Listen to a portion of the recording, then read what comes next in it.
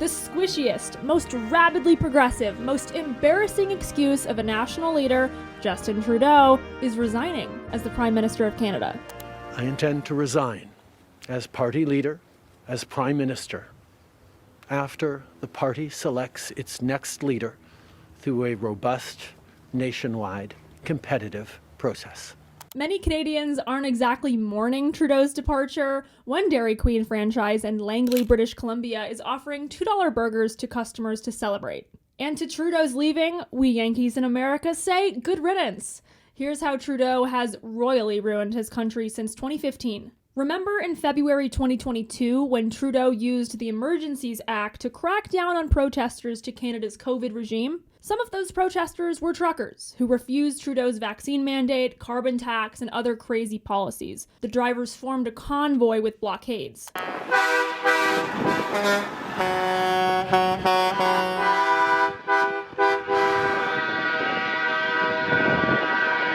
So Trudeau authorized his government to act aggressively against the convoy, including freezing the bank accounts of those involved in backing and organizing the truckers, all under the pretense of national security.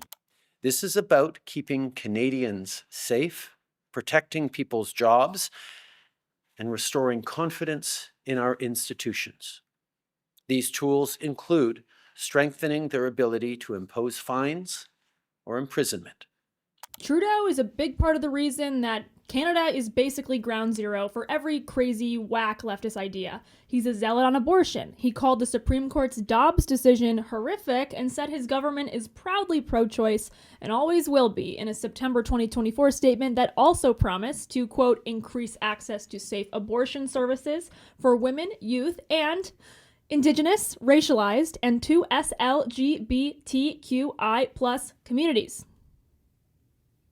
That last term is the abbreviation Trudeau uses in official communications for the community of two-spirit, lesbian, gay, bisexual, transgender, queer, and intersex people with the plus thrown in for others who use additional terminologies. And that list is constantly evolving, according to his government at the time. Here's Trudeau at a 2018 town hall. Because maternal love is the love that's going to change the future of mankind. So we'd like you to look we like to say people kind, not necessarily mankind, because it's more inclusive. There we go, exactly. It goes beyond just words and acronyms. Under Trudeau, a Canadian court jailed a father for opposing his teenage daughter's gender transition.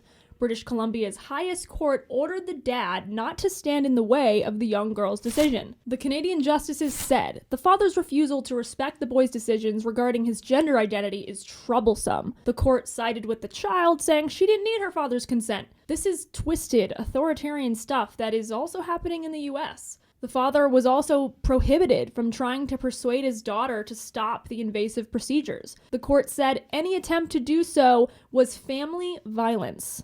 There's a growing call for the federal government to approve more asylum applications for trans and non-binary people from countries like the United States and the United Kingdom.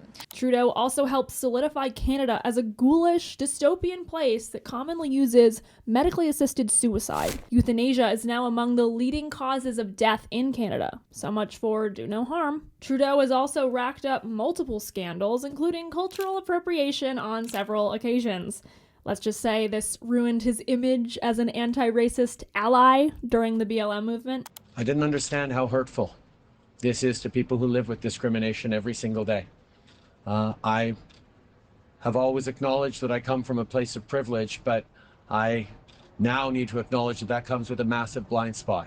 Already unpopular in Canada, Trudeau has had to reckon lately with impending trade policies from the incoming Trump administration that will negatively affect the Canadian economy. In November, Trudeau visited Trump at Mar-a-Lago, apparently the King's Court, the room where it happens now, to plead for a change to Trump's impending tariffs. Trump had threatened 25% tariffs on Canada and Mexico over the border crisis and their failure to stop illegal drugs from flooding into the United States. Trudeau claimed the tariffs would kill the Canadian economy, which is still reeling from the effects of the 2020 pandemic.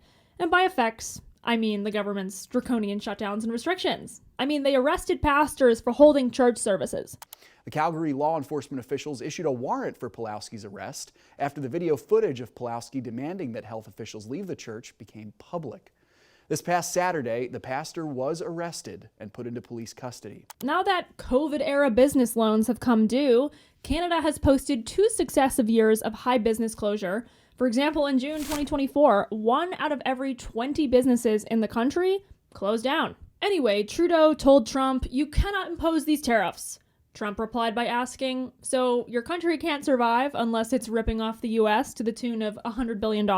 This is according to an anonymous source in a FoxNews.com article. Now, less than 6 weeks later, Trudeau is Trudone. So on the day that Kamala Harris counted by hand Trump's election victory, pretty satisfying, Trump got to dance on an extra grave. "Many people in Canada love being the 51st state," Trump said.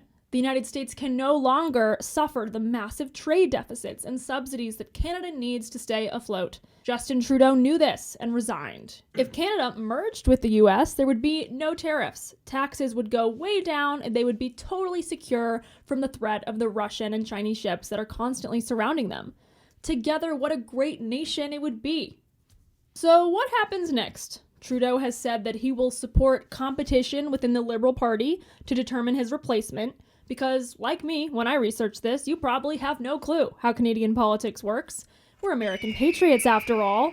But I'll break it down. Whoever is chosen will have a daunting task ahead of them because a full parliamentary election will occur on or before October 20th of this year. This could happen sooner if the Liberal Party decides to call a snap election, highly unlikely as they're being trounced in the polls, or if the Conservative Party succeeds in passing a vote of no confidence. Because there are 5 parties with representation in Parliament, electoral politics are a little more complicated than in the United States. But the Liberal Party, as we said, is so unpopular, CBC News currently places the odds of an election result where the Conservative Party wins the most seats and a majority at 98%. This is great news. And the Conservative Party in Canada has a rising star, Pierre Poilievre, who is very popular among conservatives in the United States and would lead, I believe, Canada into prosperity and freedom again. These guys could have got rid of Trudeau a year and a half ago. They knew he was a disaster then.